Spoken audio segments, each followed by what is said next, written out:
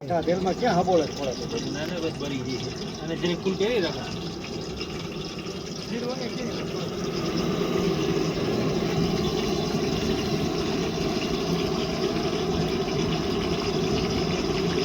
તો ફેરવા જે સંતો પકડે મોટો ભાગ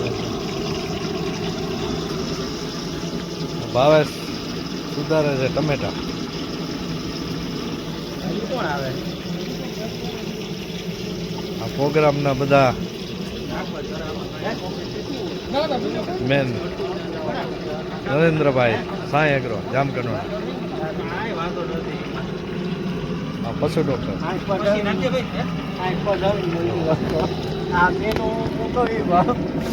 આ વઘાર હવે ચાલુ થયો છે ભાઈ. સિંગ ભજીયા શાક બનાવાય છે, સબ્જી. હા, વઘાર આવ્યો. તંબાલ પત્ર નાખ્યો તેલમાં, પછી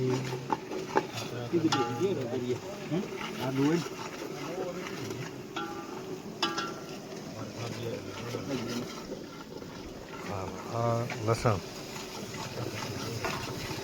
વધારે પડે આખી મસાલો.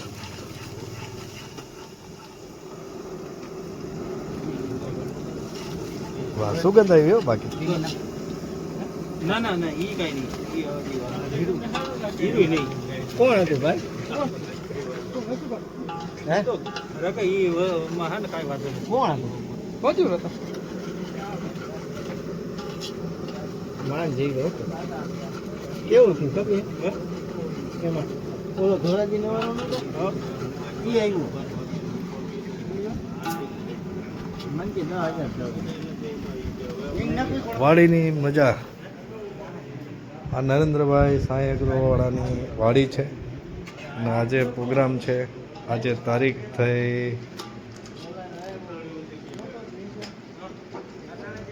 24/2/26.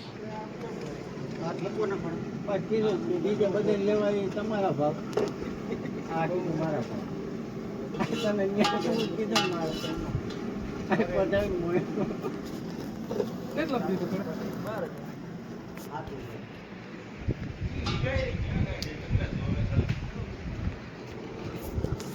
તમારે ડબલ સિસ્ટમ છે. મેં કીધું અહીંયા અમારે ડબલ સિસ્ટમ ઠેકાણ થઈ જાય કે જો ઓરવાઈ ગયું પેલું જોઈ રહ્યું છું. કઈ વીઘાનું નવું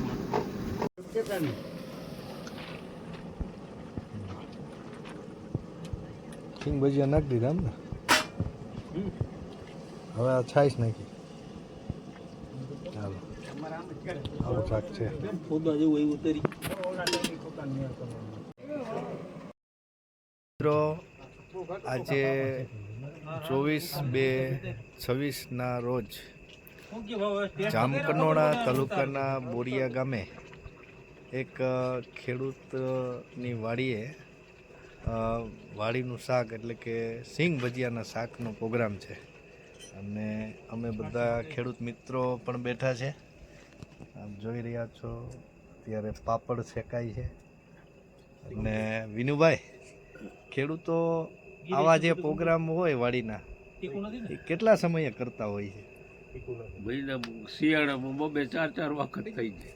શિયાળો હોય તો 2 થી 4 વખત આ રીતે વાડીએ પ્રોગ્રામ કરે. દેશી પ્રોગ્રામ હોય, શાક ને બાજરાનો રોટલો ને છાશ ને સલાડ ને બધું, ટમેટા ને ડુંગળી ને કાકડી ને આવું બધું હોય છે અને એની એક મજા જ ઓર હોય છે.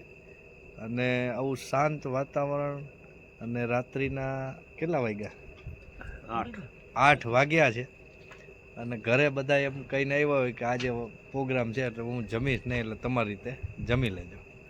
તો આ રીતે અહીંયા પ્રોગ્રામમાં નરેન્દ્રભાઈની વાડીએ, નરેન્દ્રભાઈ ડોબરિયા જે સાંઈ એગ્રોના માલિક છે, એ શાખે છે. શાક ખારું મીઠું છે. તો ખેડૂતોની વ્યથા તમારે કહેવાની કંઈક હતી કે અત્યારની હાલની પરિસ્થિતિમાં ખેડૂતોની શું વ્યથા છે વિનુભાઈ? કપાસના પાકની મોટી મુશ્કેલી છે. વાવેતર ખેડૂતે બંધ કરી દીધા. કપાસના ભાવની તકલીફ છે. 3500નો મણ કપાસ પોહાય એવું અત્યારે 1500માં વેચાય છે. તો ખાસ ખેડૂતોને આ અત્યારે કપાસ બાબતની વાતની મૂળ ભાવ બાબતની વાત છે કે ભાઈ અત્યારનો જે ભાવ છે એ ખરેખર 3500 રૂપિયા વિનુભાઈનું એવું કહેવું છે કે હોવો જોઈએ, એની જગ્યાએ ખાલી 1500 રૂપિયા ભાવ આવે છે. તો ખેડૂતો હવે આવતા વર્ષે શું છે વિનુભાઈ, કપાસ વાવશે કે નહીં વાવે? વાવતા જ બંધ થઈ જાય હાવ, સદંતર હા, ખેડૂત. ખેડૂતો કપાસ વાવતા જ બંધ થશે. અને ગુજરાતનો કપાસ તો નંબર 1 કપાસ હોય છે, પણ આ વર્ષે સરકારે કંઈક અમેરિકાથી કપાસની આયાત કરી છે, કંઈક એના હિસાબે જ આ ભાવ નીચા રહ્યા છે હા, કે અમેરિકાથી એને સસ્તો મળતો હોય છે કપાસ.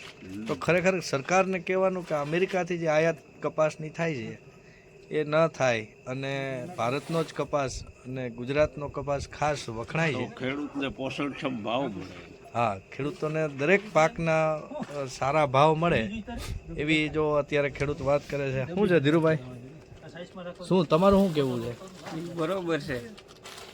કપાસ તમે વાવશો આવતા વર્ષે? ના ના, નહીં વાવો, શું કામ? ભાવ નથી ભાવ એટલે? નથી. એટલે હું તો હવે તમારે કહેવાનું થાય છે. સરકાર ભાવ ઊંચા કંઈક આવે તો વાવી. બરોબર.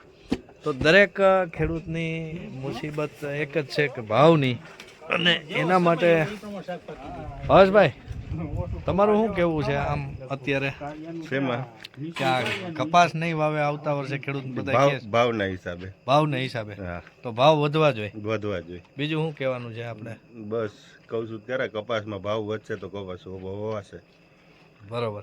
તો ભાવેશભાઈનું પણ એવું કેવું કપાસનો ભાવ વધે તો જ વાવેતર થાય. ભાઈ તમારે કાંઈ કેવું છે ડૉક્ટર?